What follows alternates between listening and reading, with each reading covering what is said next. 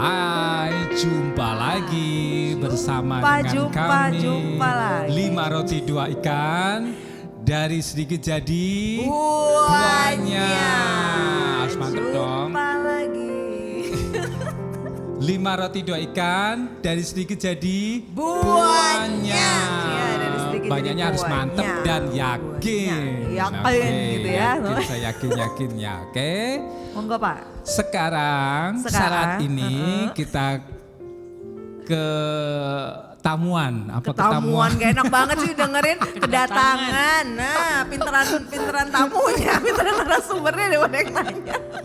Oke. Kedatangan ibu, ini Bude udah kayak ibu saya sendiri saudara. Ketika kami jarang ketemu gitu ya, saya yang nyerepet. Kami jarang ketemu tiap harinya, tapi tiap kali ketemu ngomong itu langsung nyetrum gitu. Jadi jarang ketemu, jarang chat-chatan bahkan. Tapi setiap kali saya pribadi menceritakan apapun yang saya alami, saya bebas bercerita. Dan beliau juga sangat-sangat apa ya, udah kayak ibu lah, ibu kedua buat saya gitu ya. Iya, jeroan-jeroannya itu udah jarang ketemu tapi punya kualitas yang begitu ketemu tuh ngomongnya itu langsung kedalaman, kalau kolam mungkin 2 meter gitu langsung masuk nyelam gitu. Tunjuk poin ya. Satu frekuensi. Nah, satu frekuensi. Terus gak ditutup-tutupi. Iya, enggak ada yang ditutup. Monggo Bude perkenalan dulu Bude. Saya Titin, saya ibu dari 2 anak. Anak saya perempuan yang satu umur 27, yang nomor 2 laki umur 25. Tapi mudah-mudahan saya masih kelihatan seperti anak perempuan saya. Ya paling banter 30 lah, tampak 30 gitu.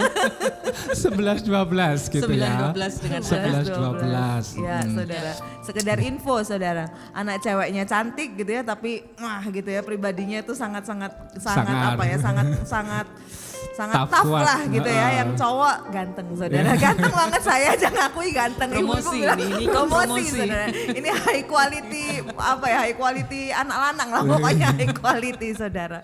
Oke, cukup perkenalannya.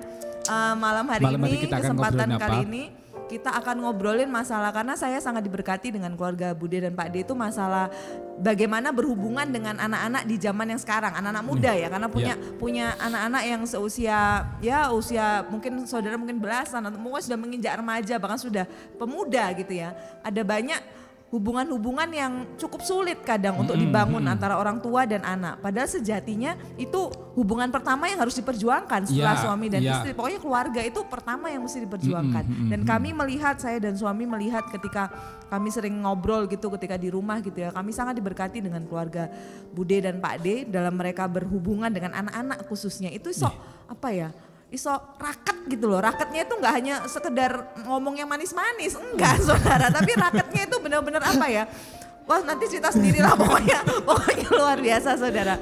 Monggo Pak Agus mungkin mau tanya atau Bude langsung menjelaskan dulu. Oke, Bude menjelaskan. Bude menjelaskan. Ya, saya itu dengan anak-anak, walaupun saya bekerja, nah ada beberapa orang yang tetangga yang waktu itu terus terang ngomong sama saya, karena kebetulan suami saya dan suami dia sama-sama bekerja di satu perusahaan. Dia anak 3 dan saya anak 2. Nah anak saya yang paling kecil usianya sama dengan anaknya dia yang nomor 1. Nah dia sempat ngomong, Bok ya sudahlah nggak usah kerja, kasihan anak-anak. Nah waktu itu saya sempat ngomong sama anak-anak saya, kamu keberatan nggak kalau ibu bekerja? Ternyata jawaban anak saya nggak keberatan. Enggak, aku seneng kok, aku bangga ibuku kerja, katanya seperti itu. Nah dan ketika anak saya seperti itu bagi saya sebuah amanah dari anak, bahwa walaupun ibuku kerja, aku yakin bahwa ibu bisa mencukupi apa yang menjadi kebutuhanku secara emosi. Itu bagi saya sebuah amanah dari saya menerjemahkan kebanggaan anak saya. Itu adalah sebuah tugas yang harus, sebuah kepercayaan yang harus saya laksanakan sebaik mungkin. Nah akhirnya kunci dari semua yang sampai saat ini semua berjalan seperti apa adanya adalah komunikasi. Saya dibesarkan oleh orang tua militer, demokrasi. Saya boleh misui bapak saya dan ibu saya. Tapi itu langka loh Bude. Kalau saya benar, saya masih ingat ketika waktu saya SMA saya bilang, kalau orang tua mesti benar dan anak pasti salah. Dan ternyata itu cukup membuka komunikasi antara saya dan orang tua yang dulu mungkin agak kaku, dan akhirnya sekarang pun saya konsekuen. Ketika anak saya menyalahkan saya, kalau ada hal yang saya lakukan dan itu nggak tepat buat mereka, kami diskusikan. Saya akan selalu bilang seperti ini, ketika pendapat saya dan pendapat anak saya itu nggak klop, maksudmu itu apa? Atau ketika anak saya marah, dia akan saya biarkan dia marah, ngeluarkan apa yang di dalam hati, yang mungkin telinga semua, nggak semua telinga orang tua itu siap untuk menerima. Ya. Yang nggak semua telinga orang tua itu rela ketika boleh anak diterjemahkan harus sendiri-sendiri, berkata saudara, seperti ya. itu. Ya. Tetapi saya rela ketika anak saya berkata itu, sampai suatu saat kondisi sudah enak, kami ngobrol. Saya baru tanya, kamu kemarin seperti itu maksudmu apa? Ibu itu ngelarang karena sebuah alasan, atau ibu itu mengizinkan juga karena sebuah alasan. Yeah. Ayo sama-sama kamu ngomong alasan. Ibu nggak bisa ngomong jangan, pokoknya ibu nggak mau. Saya nggak pernah ngomong seperti itu. Tanpa anak mengerti Tanpa kenapa ada saya alasan. melarang. Atau Yes. saya mengizinkan, oke, go on. Tanpa saya juga memberi penjelasan. Seperti kemarin anak saya bilang, Bu, aku roadshow istilahnya. Pergi ke Malang dengan cewek-cewek teman-temannya satu geng, 8 anak, mereka nginep ke hotel. Saya nggak perlu hero fit call. Ketika aku di mana? Aku ini nggak ada cowoknya, aku tidur sama temanku. Saya nggak perlu seperti itu. Saya nggak perlu. Dan saya jumpai itu banyak hari-hari ini. Bu. Ketika seorang anak remaja keluar nginep di luar kota, dia harus nunjukin ke mamanya, ini loh ma, aku tidur sama ini, aku di sini fit call ini sama temanku. Pas fit call Pas fit call habis ditutup. Pas di sananya nggak fit call. Nah, saya nggak sampai seperti itu dengan anak-anak, karena saya percaya dengan anak-anak. Saya percaya, dia percaya dengan saya juga percaya dengan dia, dan itu semua diawali dari yang namanya komunikasi. Itu dibangun nggak tiba-tiba kan Bude? Bukan dengan cara yang tiba-tiba. Dari kecil saya biasakan, bahkan mungkin secara ilmu psikologi ini sesuatu yang salah. Tapi saya abaikan karena saya menikmati hasilnya hari-hari ini. Anak-anak kami sudah besar, kami masih sering tidur berempat. Keruntelan gitu ya. Kami masih sering tidur berempat. Jadi kami ngobrol sampai malam, bahkan anak saya yang cowok itu kadang kalau pingin ngobrol berdua, ngobrol sama saya ketika bapaknya enggak ada Pak, nanti kalau dia pasti pesan, aku mau ngobrol sama ibu berdua, tapi aja cerita sama bapak. Kadang seperti itu. Nah, ketika saya amati seperti itu, anak perempuan saya juga kadang seperti itu. Nah, saya merasa kok anak-anak lebih terbuka dengan saya ya. Ada beberapa kali dia, apa yang dia alami, hanya dia ingin saya sebagai ibunya tahu, nggak usah bapak tahu.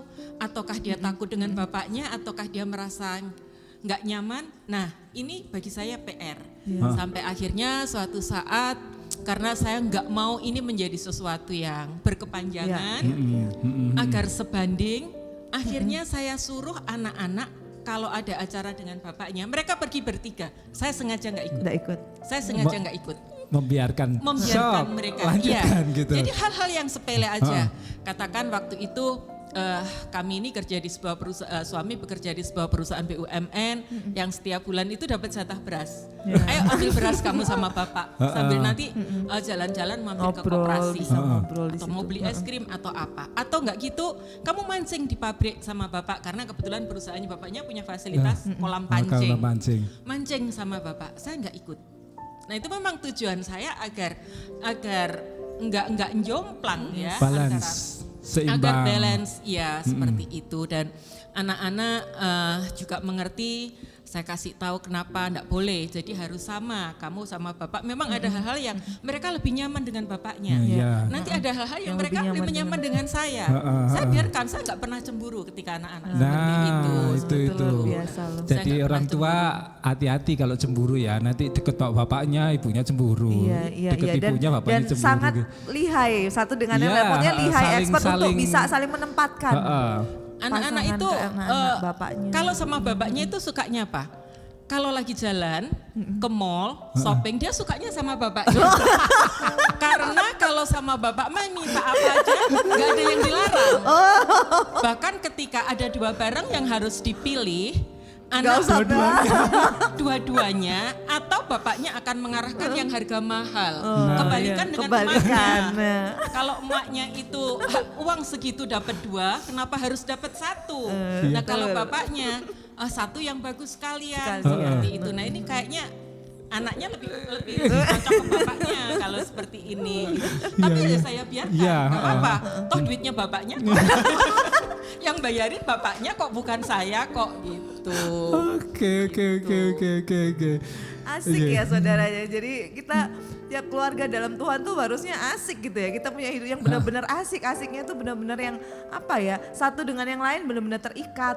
Punya hati yang terikat benar, sehingga tadi saya diberkati ketika Bude bilang udah nggak kasarannya percaya pola. Anak-anak ini mau yang cowok tadi pergi dengan teman-teman, bahkan ada banyak ceweknya, nggak perlu sampai wah kayak jadi detektif gitu ya.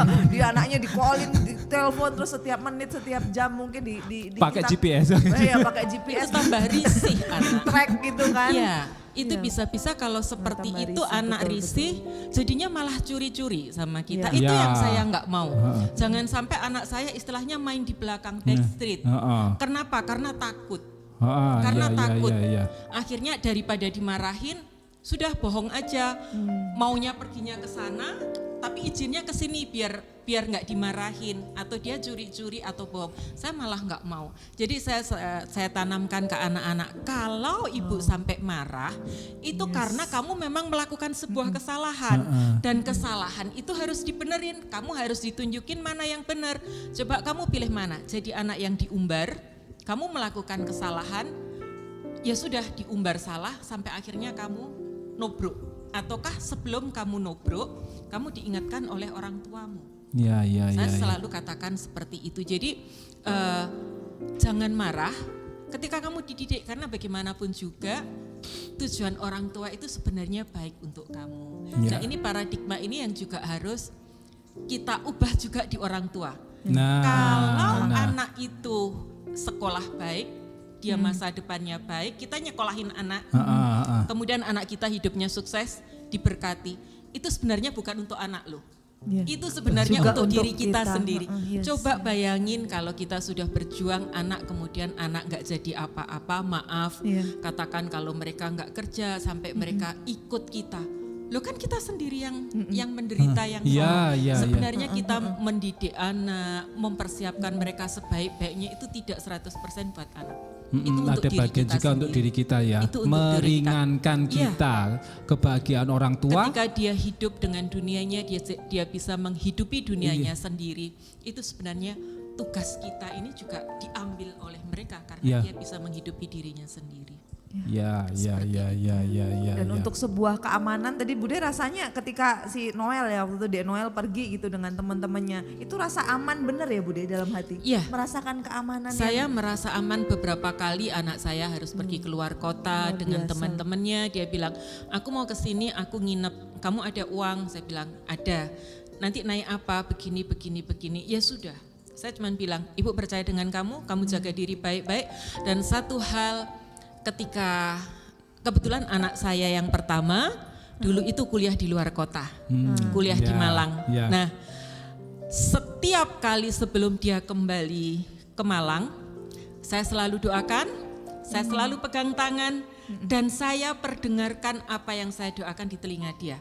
Satu hal yang selalu saya katakan, Tuhan, ketika anakku jalannya mulai melenceng ke kanan atau ke kiri, ketika jalannya mulai tidak benar di hadapan Tuhan, Tuhan aku mohon dengan kasih Tuhan, tegur dan didik anakku, bawa dia kepada tempat yang seharusnya. Saya ingatkan pada dia, kalau ada sesuatu yang kamu alami tidak baik, ketika kamu menghadapi sesuatu, jangan yang pertama kamu ingat ibu. Kamu ingat Tuhan, tanya Tuhan, what happened Tuhan? Kenapa? Kok sampai aku dididik Tuhan menghadapi hal seperti ini? Mungkin ada sesuatu yang tidak benar. Itu memang doanya ibu. Saya tidak berdoa yang baik-baik. Toh anak saya tidak menghadapi ujian, tidak menghadapi halangan, tidak menghadapi, enggak, saya enggak berdoa seperti itu. Saya katakan kalau anak ini Tuhan melenceng dari jalannya, Tuhan didik. Saya serahkan anak saya di hadapan Tuhan. Doangan. Biar Tuhan yang didik. Nah dari situ saya tahu anak saya akhirnya mereka punya rasa yang takut sama Tuhan. Ya. Ibuku nggak ngawasin aku, tapi ada Tuhan tahu kok. Tuhan tahu kok. Itu yang membuat mereka hati-hati. Kalau mereka nggak punya perasaan itu, mungkin mereka bisa bohong dengan saya. Ibuku nggak lihat kok. Aku seperti ini, aku seperti ini. Makanya sekarang anak saya yang gede itu yang sudah bekerja, puji Tuhan dengan pekerjaan yang settle. Kami kalau ngobrol suka ngobrol gitu, cerita-cerita. Ibu itu dulu seudon sama aku katanya. Dia bilang seperti itu. Jadi kalau malam gitu tak telepon, dia telepon atau saya lihat masih online gitu. Gimana Ndok? Aku masih ngerjakan tugas Bu, gambar gini-gini. Oh ya sudah, dia tidak. Dipikir ibu aku dulu kan dugem gini-gini, tidur aja lu Bu, aku ini nggak sempat dikira seperti ini. Bahkan dia ngomong jauh lebih ibu sebenarnya apa sih waktu itu ketika aku sekolah di Malang yang ibu takutkan? Saya ngomong terus terang, ibu takut kamu hamil. Saya bilang seperti itu. Saya bilang seperti itu. Ibu takut kamu salah pergaulan dan kamu hamil. Karena itu fenomena itu sangat banyak. Sangat banyak anak kuliah di luar kota hanya 1 semester, 2 semester, 3 semester dia pulang dengan kondisi yang berubah. Ketika saya bilang seperti itu, anak saya ngakak luar biasa. Saya diketawain dengan anak saya. Kok bisa sampai pikir kayak gitu? Loh, itu ketakutan seorang ibu punya anak perempuan. Harus terbuka apa adanya. Saya katakan itu ponaannya Tante Fatim teman saya sekolah, itu kuliah di Malang hanya 2 semester pulang bawa anak. Dan itu ibu mendengar ceritanya dari tantenya yang cerita seperti ibu. Ibu punya anak perempuan. Ibu ketika melihat waktu itu di koran-koran bagaimana di Surabaya anak-anak mahasiswa mereka punya pos-pos tertentu seperti ini. Ibu punya anak perempuan, saya bilang. Kalau ibu takut, itu sesuatu yang manusiawi sebagai seorang ibu, naluri seorang ibu. Dan ketakutan ibu itu saya sampaikan ke kamu, agar dia ngerti bahwa ibunya itu punya beban pikiran tentang itu. Anak yang laki juga seperti itu, saya terbuka apa adanya dengan dia. Kamu anak laki, makanya saya bersyukur hari gini anak saya sekolah di Surabaya, saya tinggal di Gresik. Dan kalau mau nakal, bukannya sombong ya, karena kebetulan saya bekerja, suami bekerja. Ketika kiriman dari bapaknya habis, pindah ke ibunya. Sebenarnya kalau untuk beli rokok 1 bulan aja bisa. Dari uang bulanannya itu kalau mau beli rokok aja bisa. Tapi saya bersyukur anak saya nggak ngerokok. Paling apa ya, minum Coca-Cola gitu. Paling kalau minum tapi Coca-Cola. Tapi tetap gaul kan? Tetap gaul. Temannya di mana-mana banyak. Saya lihat anak-anak saya kalau saya lihat di foto-fotonya juga anak saya bukan anak yang kuper gimana, minder atau apa enggak. Pertemanannya juga pertemanan yang sehat juga ya, yang sehat juga seperti itu. Gini Bu Dep, lanjut Bu Dep.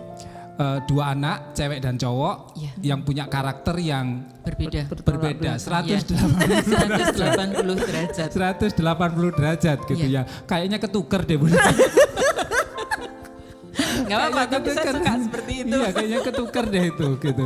Yang harusnya cewek jadi cowok, yang cowok jadi cewek gitu ya ketuker. Tapi tetap segala sesuatunya itu bentukan tangan Tuhan gitu ya. Itu sesuatu yang Tuhan taruh dan itu akhirnya saya melihat di akhir-akhir ini itu keren banget. Di mana Tuhan munculkan pribadi anak-anak ini semakin matang gitu ya, semakin matang. Enggak ecek-ecek, iya bener enggak usia yang segitu. Terus kemudian bagaimana Bude dan Pak D mensikapi dari kedua belah kepribadian ini yang sangat berbeda ini Bude. Mensupport mereka dengan bahkan tanpa membeda-bedakan, gitu kan, tanpa membanding-bandingkan. Harusnya kamu harus fight kayak mbakmu. Terus kemudian kamu harusnya lemah lembut belas kasihan kayak adikmu gitu.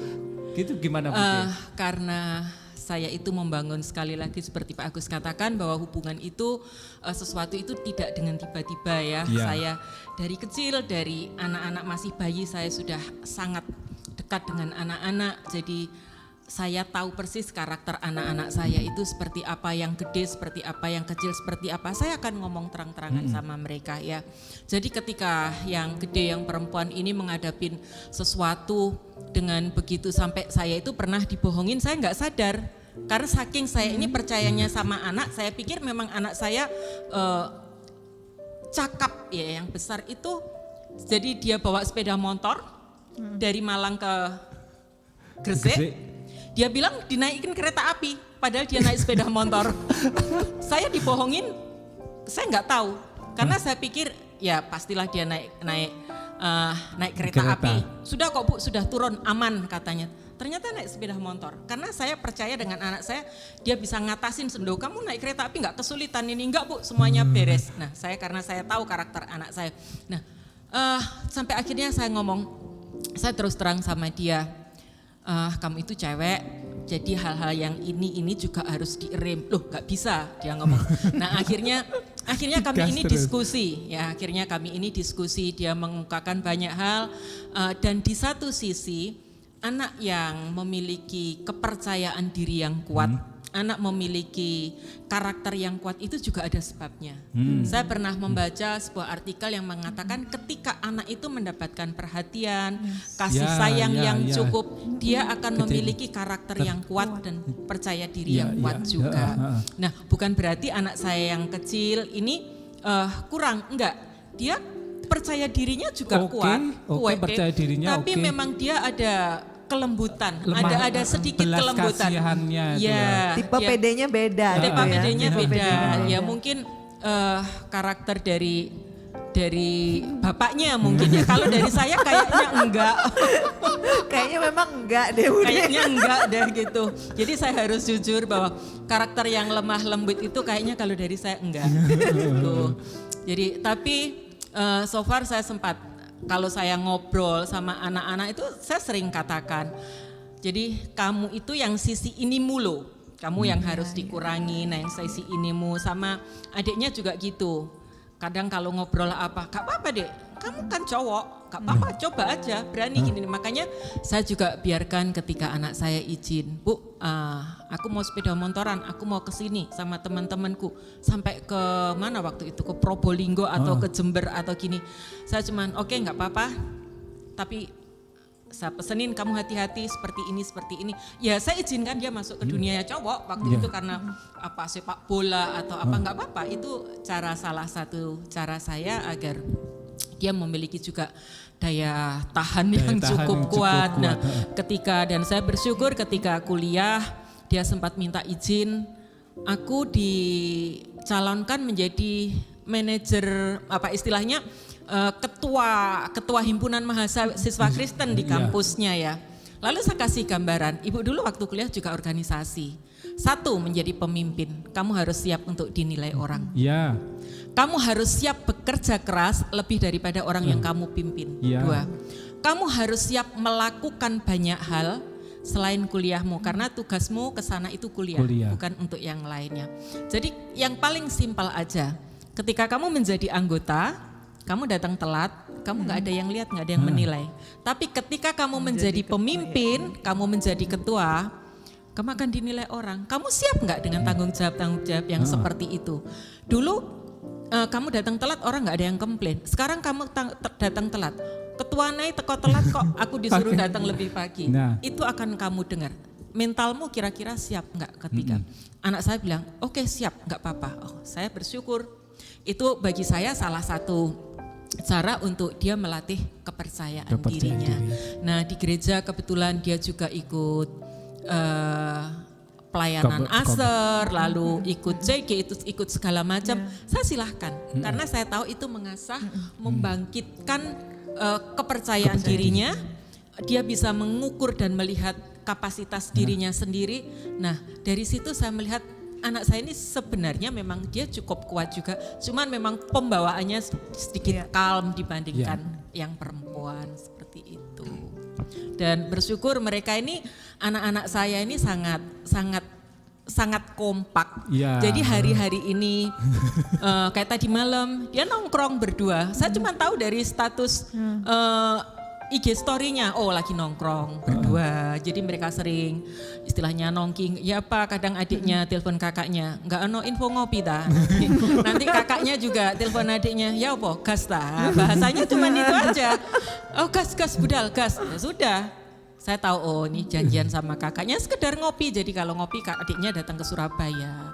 Nanti kalau kakaknya pulang ke Gresik cari golek nggon yuk. Ya sudah nongkrong mereka berdua kemana. Saya sengaja nggak ikut. Saya sengaja nggak ikut, saya biarkan mereka. Dan kadang gibah mereka ngerasain saya sama bapaknya. Dan ya nanti next beberapa hari itu baru cerita ngobrol. Ini cuman rahasiaku sama Mbak Joan, nggak boleh tahu. Ya sudah, saya nggak maksa. Saya nggak maksa ketika mereka ngomong aku punya rahasia tadi bilang gini. Tapi ketika hal itu berhubungan dengan hal-hal yang dia nggak setuju dengan apa yang saya dan bapaknya lakukan, dia akan ngomong dan saya akan diskusikan dengan bapaknya. Dan dari situ kami makanya ya jarang sih yang sampai saya marah atau seperti apa. Kadang kalau saya marah saya malah ditertawain sama anak-anak itu. Jadi tapi kadang saya nggak sampai perlu marah seperti apa, mereka sudah ngerti kok. Sudah ngerti itu hubungan yang luar biasa saudara. Dan satu lagi yang saya diingetin gitu ya tentang keluarga Bude sama Pak D gitu, nanti satu waktu Pak D juga akan ngisi di sini gitu ya. Nih Budenya dulu. Nah anak-anak sekarang sedang ada dalam taraf yang taraf ini bicara masalah pekerjaan ya, masa depan dan pekerjaan dan masa depan yang mereka sedang dibawa Tuhan ke arah sana. Saya ngelihat itu setiap langkah demi langkah ketika saya ngobrol dengan suami, ketika Bude juga share, Pak D sharing tentang kondisi anak-anak gitu. Saya melihat bagaimana ternyata detik ketika kita sebagai orang tua itu punya tanggung jawab gitu ya sama Tuhan. Yang pertama tanggung jawab sama Tuhan dan ketika kita mengerti, memahami itu, Tuhan tuh tanggung jawab loh sama anak-anak kita dan memberikan sebuah keamanan. Makanya tadi hubungan yang dalam itu juga perlu yang namanya kepercayaan. Ya hubungan yang dalam akan muncul rasa aman di sana. Kita akan aman dengan orang-orang yang kita merasa keluarga, bapak, ibu gitu, sesama dengan anak juga sesama saudara. Kita merasa aman dengan mereka dan di situ ada kepercayaan tentunya. Ada unsur yang nggak bisa lepas, ada kepercayaan. Kemudian ada kerelaan tadi saya dapat dari Bude itu. Kerelaan, rela untuk membiarkan anaknya udah nak, ya udah lepas dengan duniamu tapi ada kepercayaan yang aku titipkan ke kamu. Bawaan itu dan kepercayaan itu bukan hanya ibu bapak yang menitipkan tapi ada Tuhan yang percaya juga sama kamu. Jadi ibu bapak bisa percaya sama kamu karena ibu bapak percaya sama Tuhan.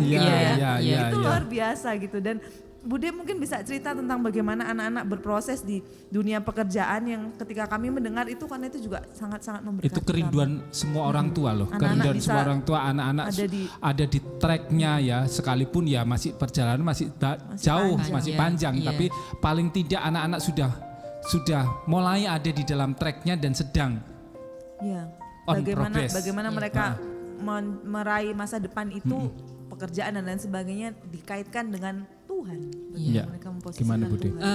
Dalam hal pekerjaan, saya secara pribadi yang namanya orang tua, kita tidak pernah henti-henti berdoa untuk anak-anak, untuk pekerjaan. Saya menyerahkan mereka Tuhan, pekerjaan yang terbaik. Pekerjaan yang terbaik versinya Tuhan itu belum tentu pekerjaan yang terbaik versinya kita ya. Kalau mungkin versinya kita itu mungkin perusahaan-perusahaan yang besar-besar, yang mega-mega seperti ini, perusahaan multinasional atau seperti apa. Tapi saya tahu Tuhan punya yang terbaik versinya Tuhan itu. Kalau saya amati ada detail-detail yang itu mungkin tidak didapatkan di perusahaan yang besar menurut versi saya. Dan saya bersyukur anak-anak itu mendapatkan pekerjaan dengan caranya sendiri. Saya nggak sampai titip orang, titip teman, titip pemimpin saya di perusahaan atau titip ini enggak. Mereka berjuang dengan caranya sendiri dan saya selalu katakan minta pekerjaan yang terbaik menurut Tuhan. Dan saya bersyukur anak yang perempuan bekerja di sebuah perusahaan yang cukup besar di Indonesia dan yang membuat saya bersyukur dan saya tahu itu adalah sebuah tempat yang Tuhan berikan seperti doa saya, sebuah perusahaan di mana pemimpinnya adalah orang yang takut Tuhan. Itu yang membuat saya sangat bersyukur dan saya tahu itu Tuhan. Jadi ketika dia bekerja, ada sebuah nilai moral yang dia ambil dari seorang pemimpin, Ya. yang dia lihat setiap hari. Jadi ketika anak saya ngobrol bagaimana di perusahaannya ada persekutuan, bagaimana kalau dia dengan atasannya dia, kalau mau ngadep big bossnya, Jo, kita doa dulu ya. Nah, itu bagi saya sebuah blessing. Dan saya katakan anak-anak, itu blessing buat kamu. Iya. Kamu jangan melihat perusahaan, oh kalau yang besar itu BUMN seperti Bapak, oh kalau yang besar itu umpamanya perusahaan pemerintah yang seperti ini. Enggak. Saya melihat anak saya itu seperti itu. Jadi ketika dia cerita pemimpinnya di perusahaan, atasannya dia kebetulan sama-sama ceweknya ya, kalau ngadepin apa-apa gitu ya, aduh Tuhan tolong. Nah seperti itu istilah kata-kata seperti, kalau kebetulan ada proyek atau ada sesuatu transaksi yang besar, Jo, puji Tuhan kita deal. Nah dia cerita seperti itu. Saya selalu katakan itu enggak kebetulan. Jadi dari perkara yang kecil-kecil saya tunjukkan bahwa itu ada Tuhan di sana. Waktu dia cerita bagaimana pemilik perusahaan ini, direkturnya ini datang ke kantor lebih awal dari biasanya. Lalu kemudian office boy-nya itu masih ngepel dan owner dari perusahaan ini jalan itu melipir di tembok sambil bilang, maaf ya mas, maaf lantainya masih basah dan saya injek. Dan anak saya melihat itu sebagai sesuatu yang amazing buat dia. Dan saya katakan itu didikan. Yes. Jangan abaikan perkara-perkara yang kecil yang mungkin orang itu nggak lihat, tapi harus kamu lihat bahwa itu didikan. Kamu harus malu kalau kamu sombong, kamu harus malu kalau kamu nggak tahu etika, kamu harus malu kalau kamu nggak tahu diri. Pemimpinmu aja seperti itu. Nah bagi saya itu adalah sebuah blessing. Itu sebuah berkat yang luar biasa. Saya katakan kamu di sana nggak hanya cuman kerja dan dapat duit, tetapi kamu karaktermu dan mentalmu kamu dapat banyak di sana. Itu bagi ibu itu sudah cukup. Dalam arti saya bukan berarti saya nggak menginginkan anak saya yang nanti berkembang seperti apa, enggak. Tapi pasti akan berkembang. Bagi saya itu sesuatu yang sudah sangat amazing buat dia. Dan yang kecil juga seperti itu.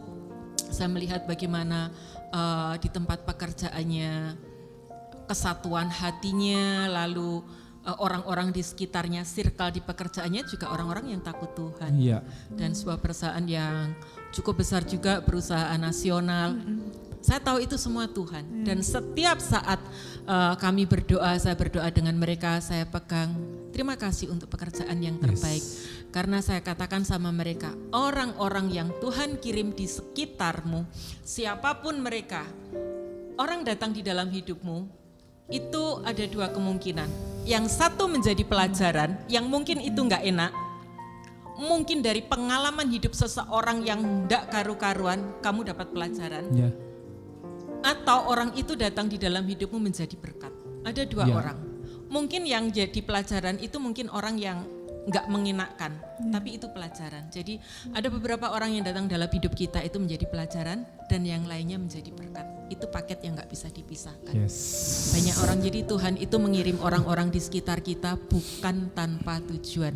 Termasuk orang-orang di sekitar kita, makanya saya selalu katakan anak-anak saya ya, hargai orang-orang di sekitarmu yang bekerja, mereka yang sudah lebih sepuh, lebih usia lebih dewasa, lebih ini, kamu tetap harus, walaupun secara struktur di perusahaan mungkin posisi mereka di bawahmu, tapi kamu harus tetap hormati mereka sebagai orang tua. Karena itu kunci. Kamu akan dihormati, berkatmu akan turun, kamu akan mendapatkan banyak pertolongan ketika kamu juga menabur kebaikan bagi orang-orang di sekitarmu. Saya katakan seperti itu. Jadi orang tua zaman now itu kalau udah abot tapi bisa. Abot bisa. Sekalipun usia kolonial boleh gitu ya. Tapi cara kita masuk ke anak-anak harus milenial ya Bude ya. Fleksibel. Betul. Jangan kaku seperti mungkin maaf orang-orang tua zaman kita dulu. Kadang orang tua zaman kita dulu kalau bilang enggak, jangan tanpa alasan. Dan anak tidak ada keberanian untuk kenapa enggak boleh. Sekarang itu diskusi, bukan lagi tidak boleh dan boleh, tapi kita diskusikan. kenapa kamu mau lakukan itu, kenapa ibu larang, kenapa ibu izinkan, kenapa kamu nggak ini, nggak itu. Jadi kita diskusikan seperti itu. Oke. Ya lagi-lagi komunikasi gitu kan. Komunikasi betul. karena pemahaman akan didapat ketika kita berkomunikasi, entah itu pemahaman yang benar atau yang salah gitu. Tujuannya benar salah, yang penting saat kita komunikasi kita memahami, baru solusi itu akan kita bisa cari dengan tepat, saudara gitu ya. Bukankah begitu juga dengan Tuhan gitu. Tuhan ngajak komunikasi, berhubungan, berkomunikasi gitu kan. Hubungan memang itu harus dibangun dengan diperjuangkan dengan sedemikian rupa. Kalau kita mau keluarga kita asik gitu, asik di dalam Tuhan gitu kan. Kalau kita mau keluarga kita asik ya harus dari hubungan, bukan berasal dari apapun, tidak, tapi karena punya keintiman dengan satu dengan yang lain yang ada di keluarga. Itu saya sangat diberkati. Dan keterbukaan menjadi hal yang penting juga, keterbukaan, dan kita jadi apa adanya. Jadi betul, apa adanya. Bahkan nggak takut ya. Beberapa waktu yang lalu saya pernah dengar pesan dari hamba Tuhan seorang hamba Tuhan bahwa anak yang terbuka dengan orang tua, sekalipun seolah-olah ini kok anak ini banget sih dengan orang tua, dari katanya perkataan. Dari perkataannya kok kayaknya seperti kayak temen gitu ya, ngomongnya kok gaul banget, bukan gaul kayak gimana ya, seperti tidak ada batas, seperti nganggap teman sendiri gimana sih gitu. Tapi kalau didasari dengan sebuah keterbukaan, hubungan yang dekat, anak itu nggak akan jadi, istilah orang Surabaya, nggak akan bakal ngelama kok. Nggak bakal ngelama. Justru kita orang tua dan anak akan semakin sayang, demikian juga sebaliknya, anak dengan orang tua akan semakin sayang, semakin cinta, karena nggak perlu kita neko-neko di luar. Kita nggak perlu cari perhatian di luar, kita di rumah sudah jadi apa adanya kita, gitu. Nggak ada topeng dan sebagainya, mau marah, mau istilah orang Surabaya mau miso dan sebagainya. Ya, sekalipun ya kita akhirnya akan tahu di mana kita bisa sampaikan itu, gitu ya. Nggak mungkin kalau kita sudah di luar, nggak akan mungkin seperti itu, gitu kan. Jadi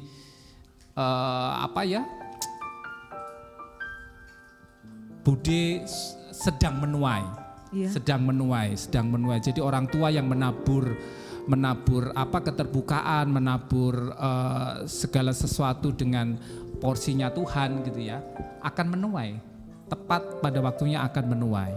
Ya. Oke.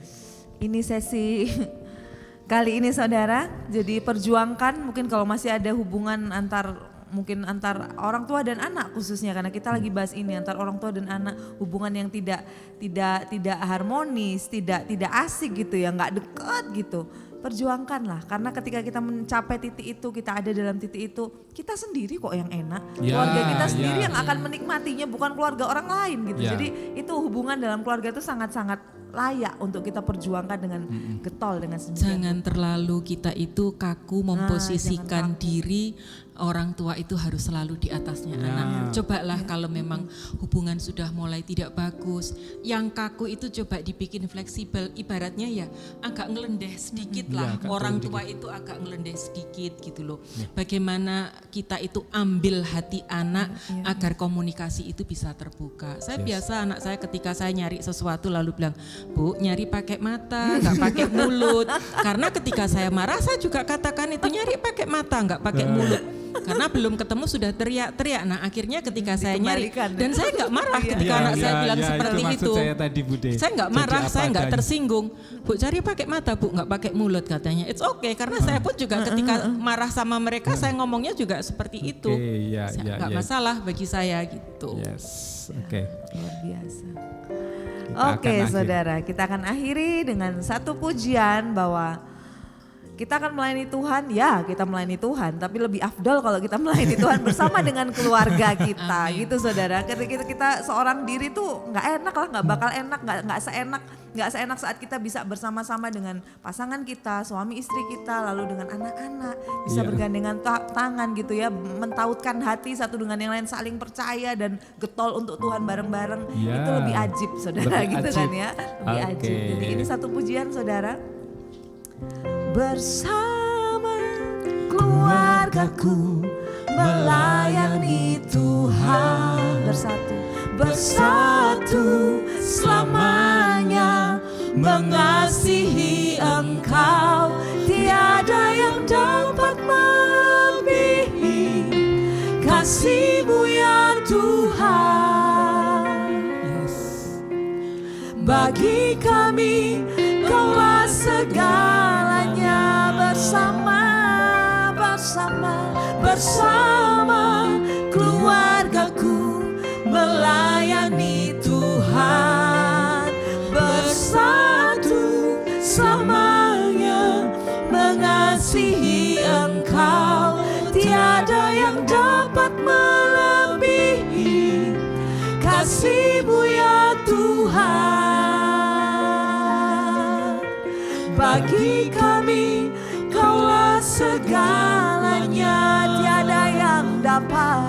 tiada yang dapat melebihi kasih-Mu ya Tuhan.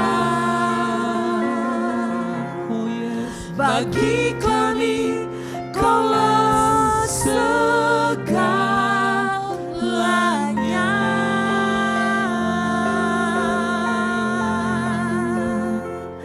Amin. Tuhan Yesus berkati keluarga saudara. Amin. Dengan limpah kasih, sukacita, kebaikan, kepercayaan, kerekatan satu dengan yang lain. Dan gunakan itu maju untuk kepentingan sorga. Amin. Amin. Sampai ketemu lagi. God bless you. Tuhan Yesus berkati.